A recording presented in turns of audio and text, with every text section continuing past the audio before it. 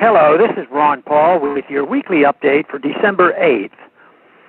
Last week, the U.S. House voted overwhelmingly in favor of an anti-Russia resolution so full of war propaganda that it rivals the rhetoric from the chilliest era of the Cold War.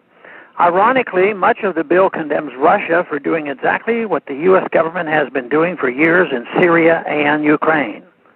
For example, one of the reasons to condemn Russia in the resolution is the claim that Russia is imposing economic sanctions on Ukraine.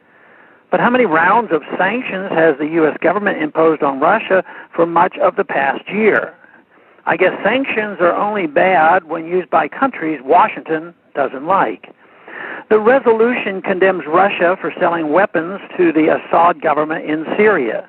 But the U.S. has been providing weapons to the rebels in Syria for several years, with many of them going to terrorist groups like Al-Qaeda and ISIS that the U.S. is bombing.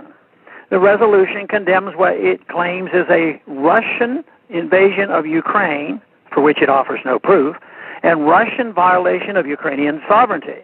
But it was the U.S., by backing a coup against the democratically elected Yanukovych government in February, that first violated that country's sovereignty. And as far as a military presence in Ukraine, it is the U.S. that has openly sent in special forces and other military advisors to assist the government there. How many times have top U.S. military and CIA officials visited Kiev to offer advice, and probably a lot more? The resolution condemns Russia for what it claims are attempts to illicitly acquire information about the U.S. government. But we learned from the Snowden revelations that the NSA is spying on most of the rest of the world, including our allies. How can the U.S. claim the moral authority to condemn such action in others? The resolution attacks Russian state-funded media, claiming that they distort public opinion. At the same time, the bill demands that the thousands of U.S. state-funded media outlets step up their programming to that part of the world. It also seeks appropriate responses to Russian media influence in the rest of the world. That should be understood to mean that U.S. diplomats would exert pressure on foreign countries to shut down television networks like RT. The resolution condemns what it claims is Russia's provision of weapons to the Russian-speaking eastern part of Ukraine, which seeks closer ties with Russia, while demanding that the U.S. government start providing weapons to its proxies on the other side.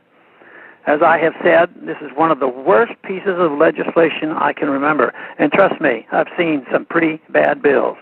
It is nothing but war propaganda, and it will likely lead to all sorts of unintended consequences.